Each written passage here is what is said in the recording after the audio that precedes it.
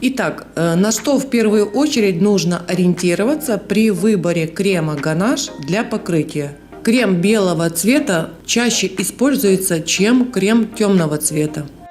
Очень важные критерии – это себестоимость, вкус, процесс приготовления. Это легкость и податливость крема при выравнивании торта. Желательно, чтобы крем не был расположен к трещинам, легко переносил транспортировку. Важный момент – это плотность ганаша. Мое мнение, лучше всего использовать ганаш средней плотности. Ганаш средней плотности меньше подвергается трещинам, а также нет проблем при нарезке торта. Плотность ганаша определяет шоколад. Чем больше шоколада в соотношении с другими продуктами, тем плотнее будет ганаш. Очень важный критерий – декорирование. Именно ганаш является оптимальным кремом, который на покрытие торта без проблем сочетается практически с любым декором. Ганаш номер 1. Один из самых простых рецептов. В нем всего 2 ингредиента – это шоколад и масло. Готовится быстро и легко методом соединения растопившегося шоколада и масла. Здесь главное не перегреть шоколад, чтобы он не расслоился. Можно слегка взбить, тогда крем станет немного светлее. Для выравнивания торта достаточно податливый. Главное подобрать для себя нужную консистенцию. Можно сказать, что этим ганашем можно идеально выровнять торт. Очень редко дает трещины, стабилен при транспортировке, а также стабилен при высокой температуре. Имеет нейтральный шоколадный сливочный вкус, но немного жирноват. Лучше окрашивается жирорастворимыми красителями и хуже окрашивается водорастворимыми красителями. Этот ганаш сочетается с любым видом декора. Ганаш номер 2. Этот ганаш более вкусный, чем предыдущий. Сочетание шоколада, масла и творога делает крем более легким. Готовится из взбитого масла, растопленного шоколада и творога. Главное найти подходящий творог и хорошо пробить ручным блендером, чтобы там не было крупинок. Этот ганаш получается намного светлее, чем предыдущий. Для выравнивания лучше всего использовать более мягкую консистенцию. Тогда ганаш легче ложится и более податлив во время выравнивания. Лучше всего использовать этот крем сразу после приготовления. Хотя крем достаточно эластичен, этим кремом можно выровнять торт хорошо, но не идеально. Покрытие очень стабильно к перепадам температуры и к высоким температурам. Трещины на таком покрытии появляются крайне редко. Этот ганаш спокойно можно использовать для многоярусных тортов. Из-за того, что в ганаше есть свежий творог, срок годности намного короче, чем в предыдущем креме.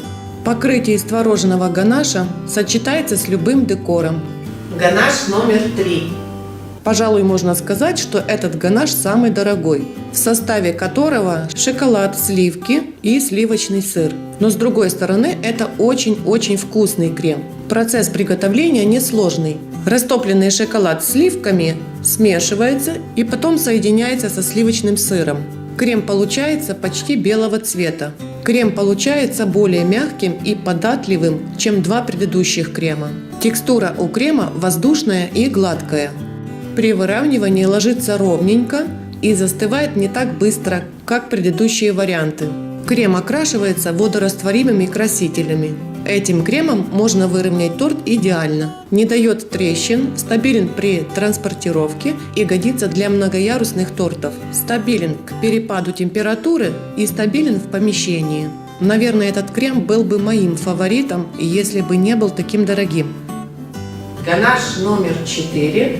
Этим рецептом пользуюсь чаще всего. Ганаш микс, как я его называю, показал себя самым практичным со всех сторон. В этом ганаше всего понемножку. Шоколад, шоколадная глазурь, сливки, масло, немного желатина и даже можно добавить фруктовый сироп. Процесс приготовления несложный, похож на предыдущие процессы. Этот ганаш можно приготовить как обычный классический, или можно приготовить с добавлением ягодных или фруктовых сиропов.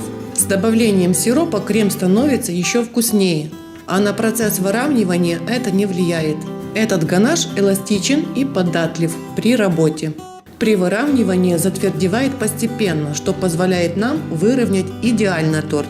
очень стабилен к перепаду температуры и имеет высокую стабильность при жаре. Трещины на таком покрытии появляются крайне редко, только из-за ошибок. Покрытие с данного ганаша сочетается с любым видом декора.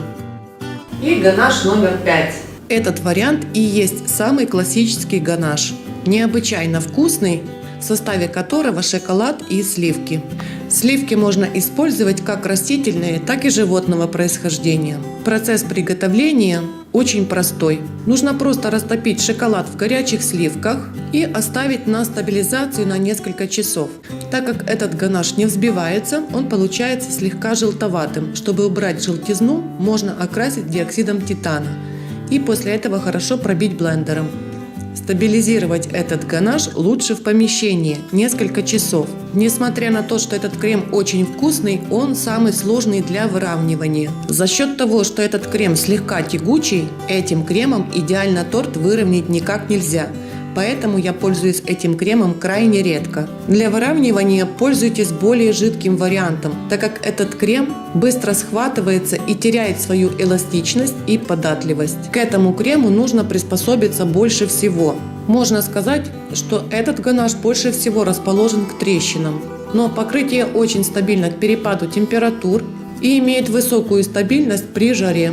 После покрытия не стоит декорировать сразу, а лучше оставить торт на стабилизацию, так как именно этот ганаш стабилизируется намного дольше, чем предыдущие варианты. Сочетается этот ганаш с любым видом декора. Как вы сами убедились, вариантов очень много. Но в первую очередь выбирайте крем, подходящий лично вам. Чтобы сделать выбор, это нужно попробовать каждый из них. И тогда вы поймете, что больше всего подходит вам.